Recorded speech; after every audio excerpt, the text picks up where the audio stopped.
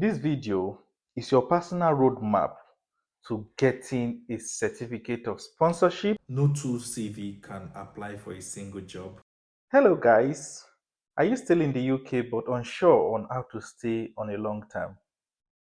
Maybe you're on a student visa, a graduate visa, or working part time and wondering how to legally switch to a sponsored job and build your future here in the UK.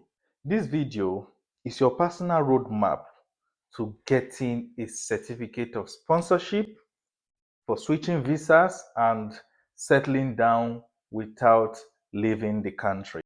And I will share step by step instructions, helpful websites, real life examples, and common mistakes to avoid if you want to stop guessing and start progressing. Kindly stay tuned to the end.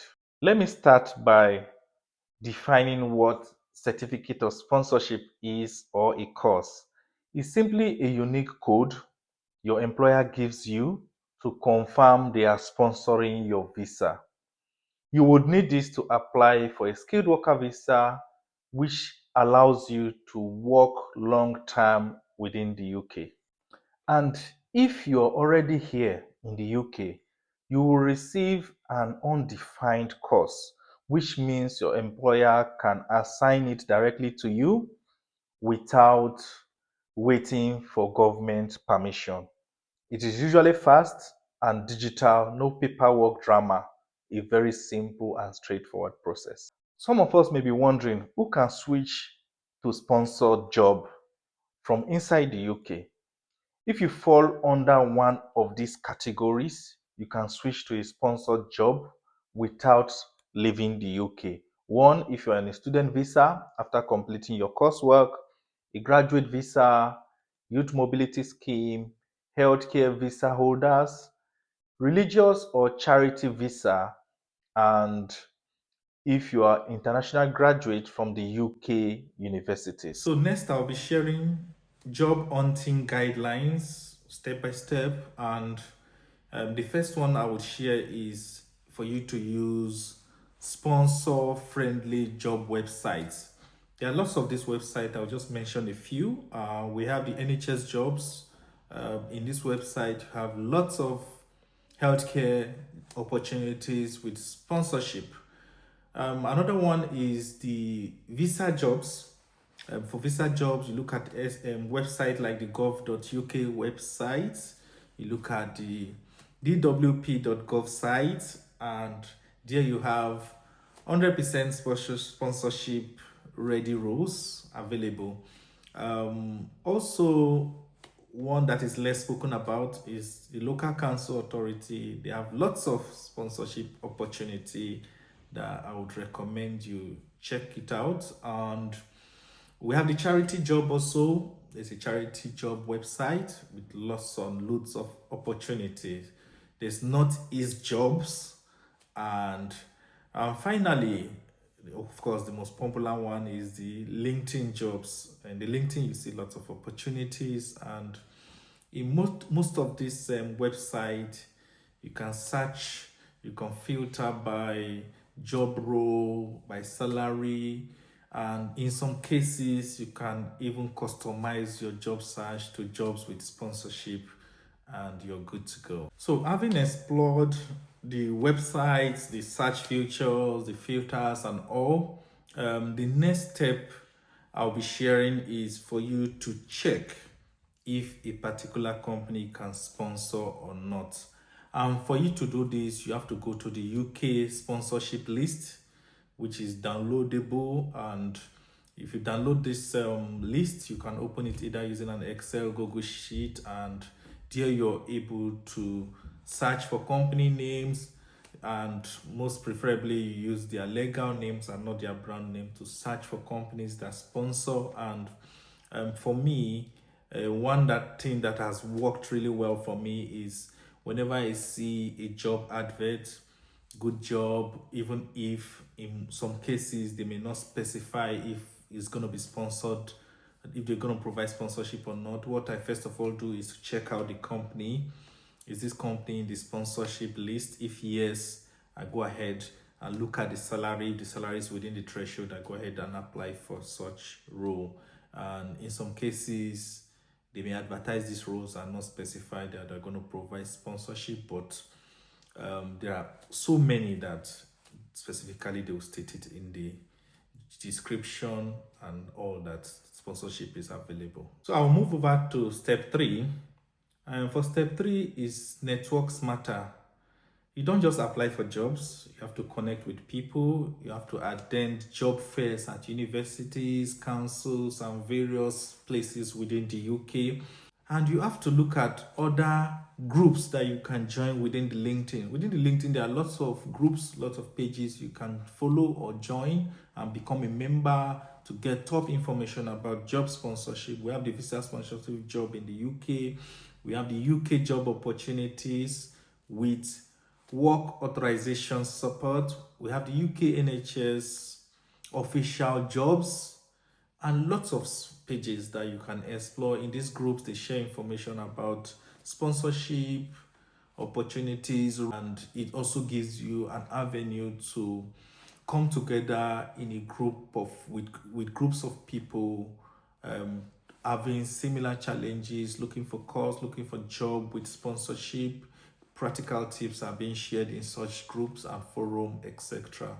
So I would advise or recommend you look out for such group in the LinkedIn and join, so that you can stay up to date with sponsorship opportunities and practical guides. Another thing I would like to share is, some of us may be wondering, after, how do I ask employer for sponsorship? For me, the first thing is, you've already ascertained that they're on the sponsorship list, and I would want to share an important point that is very crucial for you to have secured the job, done the interview, proven that you are really competent, you have the necessary skill set for that role before even jumping into conversation around requesting for sponsorship. The issue of sponsorship, of course, can come up during your onboarding, other discussions where you may be asked if you require any form of support and all, then you bring in the issue of sponsorship. I've had cases where people, right from the interview, you are asking if they provide sponsorship, and most times company really wants candidates that have that passion, that vision, to be able to say, oh, I really want to work with these guys, I really want to work with this company, what they are doing aligns with my personal objective, my personal goal, and you're not just coming to them because you want sponsorship. So it's important to save that conversation for the later phase after you've secured that job. Other things I would like to add is, target job search to rural areas, be open to cities where there are lots of sponsorship opportunities, and with that you're good to go. And of course, be flexible and be open to relocating to those areas as well. If you're followed up to this point and you're not subscribed to this page, what are you waiting for? Kindly subscribe, hit the subscribe button, drop questions, comment. I would happily respond.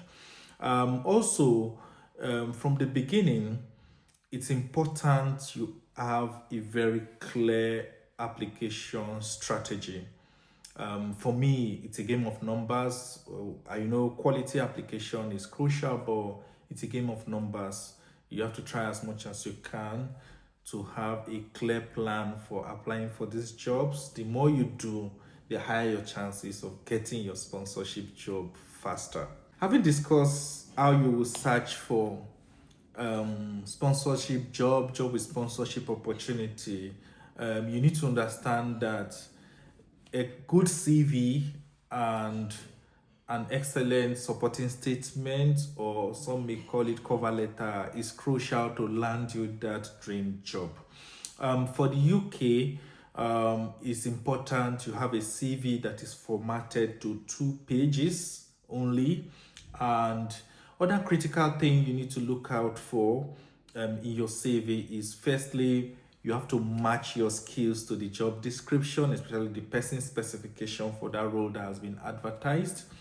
You don't just list what you've done, But however, you have to concisely and practically demonstrate what you have been able to achieve from your previous places of work.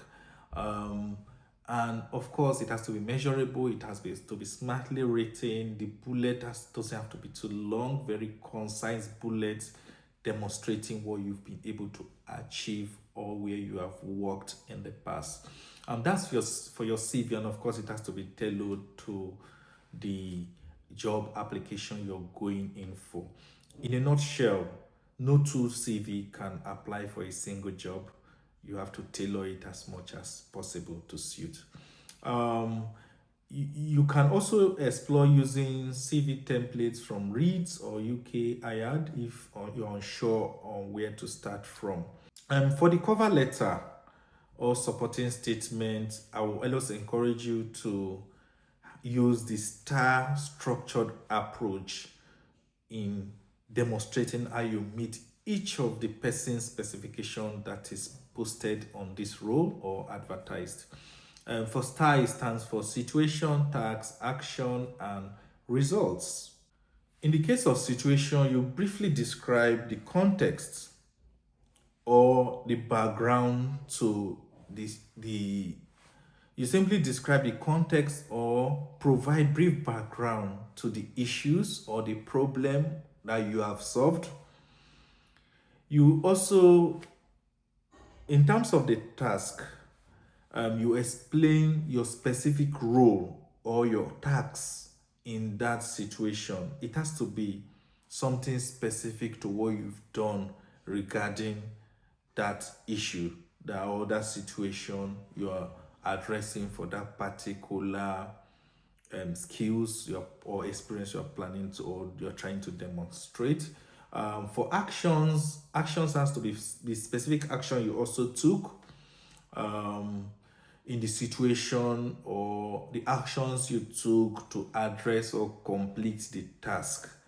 And here it's also good to make it very practical.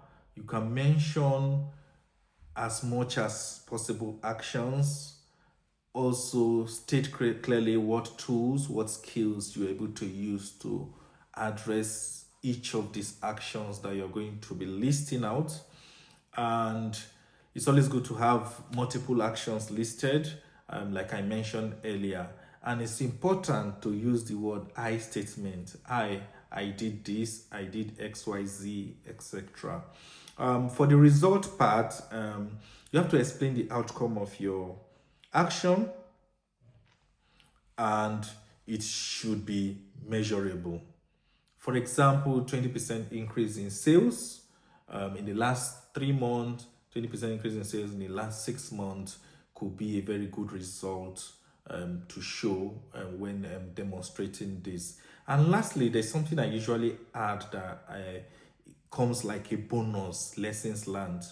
You could go as far as adding lessons. What lessons did you learn from this particular situation? If you can add that as a bonus, you're good to go. It gives you that stronger fit in terms of experience and background to demonstrate how good you are. So in doing all this, you don't have to start listing situation, tags, action, results, lessons. You make it a very good narrative in the form of paragraphs. What it means is for each person's specification I'm trying to demonstrate, I would use this model, and it would be like a paragraph to say, okay, there was a situation, XYZ issue was happening in my company, and we needed to do this, and I was tasked to do XYZ, and I took the following actions, blah, blah, blah, and here's the result. These are my key learnings from completing this. Something like that, very brief and concise. Direct to the point is a very structured approach to responding to applications. And this goes beyond just writing your supporting statement. It's also something that will come very handy during your interviews. So having discussed your CV, your supporting statement, I just want to quickly touch base on some other alternative visa opportunity you can explore in the UK. We have the Global Talent Visa, and this visa is open to people that are leaders or potential leaders in certain fields, certain areas. It could be digital tech, social, it could be science, art, academia, etc. For this visa, you don't really need a job offer at that point, and it's also a faster route to settlement. The second is Innovator Founder Visa route, and for this, it's for individuals that have innovative business ideas with endorsed plan. You can, start and establish a business, and through that, you're able to settling within the UK for a longer period. So the third alternative is self-sponsorship. This is similar to the Innovator Founder. For this one, you're going to start your own business, apply for sponsor license, and support yourself legally. For this route is something that is self-managing, but it's a more advanced route because you would need to seek some legal guidance and support if you're planning to go via this route. The fourth one is high potential individuals. This is for top global university graduates. For this, you don't need a sponsorship as per a job before you can move in for this. You can get this visa. And for me, I see it like a great stepping stone to skilled worker. And if you check online, you can see list of universities that are globally eligible for this visa. If you are privileged to have schooled in any of these schools, you can opt into that visa route to remain in the UK. So in a nutshell, the more you know, the better your options you have to explore. And I would say the best time to start is to start now. You don't wait until your visa is about to expire before you start looking for sponsorship. So I'll quickly discuss some mistakes to avoid. The first one is assuming every company can sponsor. The second is ignoring job salary requirement for sponsorship. Whenever you're going for any role, it's important you're sure that the salary meets this threshold for which you'll be sponsored. Paying agents to claim they will help you get you a course. This is bad, this is illegal and risky. I wouldn't advise anyone to go by this route. That's why it's good to start planning. And as early as possible, right from the beginning, you start looking for sponsorship opportunities. And when you stay consistent, sure, you're going to get one. Forgetting to update your CV to meet the UK standard is another thing that people need to look at in terms of avoidance. And the fifth one, waiting for too long to act. Time matters. Protect your future by being proactive and not reactive. So guys, kindly drop your profession in the comments. I will reply with sponsor companies hiring in your field. Hit the like button, subscribe for job, finance, and investment tips. You could possibly also share this with anyone trying to stay or work in the UK legally. Thank you for watching, and I will see you in my next video. Bye bye.